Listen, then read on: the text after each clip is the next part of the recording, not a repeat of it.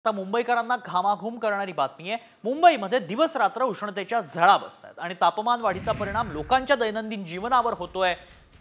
कसा पाहूया। मुंबई बेहाल होणार।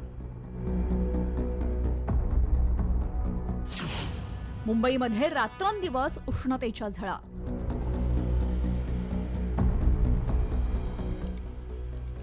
मे महिना अजून दूर आहे, मात्र महाराष्ट्रात कधी नव्हे ते आता फेब्रुवारीतच रात्रीचं तापमान वाढतंय। थकलेल्या मानवी शरीराला रात्रीचा शीतल गारवा काहीसा आराम देत असतो, मात्र रात्रीचेही तापमान वाढू लागल्याने नागरिक मात्र बेचैन झालेत। उष्ण दिवस आणि तेवढीच रात्रीची उष्णता, त्यामुळे मानवी आरोग्यावर परिणाम होत आहेत। युरोपियन युनियनच्या ताज्या अहवालानुसार पृथ्वी 1 लाख वर्षांमध्ये नव्हती तेवढी उष्ण बनलेली आहे।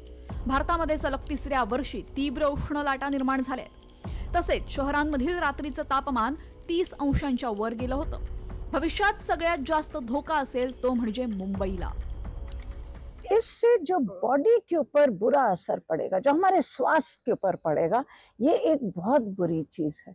और इसीलिए मुंबई को ये सोचना पड़ेगा कि आने वाले समय में, क्योंकि जलवायु परिवर्तन तो हो रहा है और टेम्परेचर बढ़ेगा, कि किस तरह से अपनी बिल्डिंग बनाएं, किस तरह से शहरीकरण करें, जिसमें खुली कुछ जगह बचा सकें, जिससे इतनी गर्मी, रात की गर्मी कुछ संभाल सकें।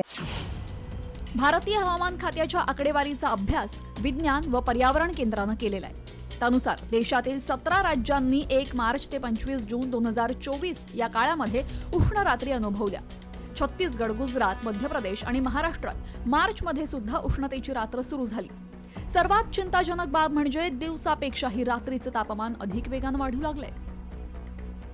या तापमान वाढीचा थेट परिणाम आता लोकांच्या दैनंदिन जीवनावर होतोय। त्यामुळे आता कार्यक्षमता कमी होण्याबरोबरच विविध विकारही डोकं वर काढतील।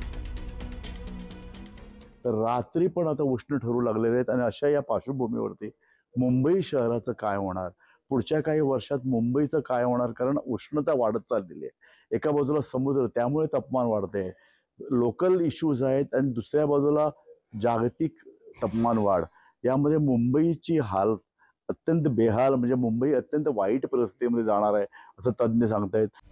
मुंबईतील लोकसंख्येची घनता, फसलेले शहर नियोजन, नाहीसा होत असलेला हरित पट्टा आणि हवेतील आर्द्रता यामुळे वाढत्या तापमानाचा परिणाम मुंबईकरांना अधिक सहन करावा लागणार आहे। त्यामुळे आता भविष्यात मुंबईकरांना दिवसा आणि रात्रीही उष्णतेच्या झळा सहन कराव्या लागतील। ब्युरो रिपोर्ट, साम टीव्ही न्यूज।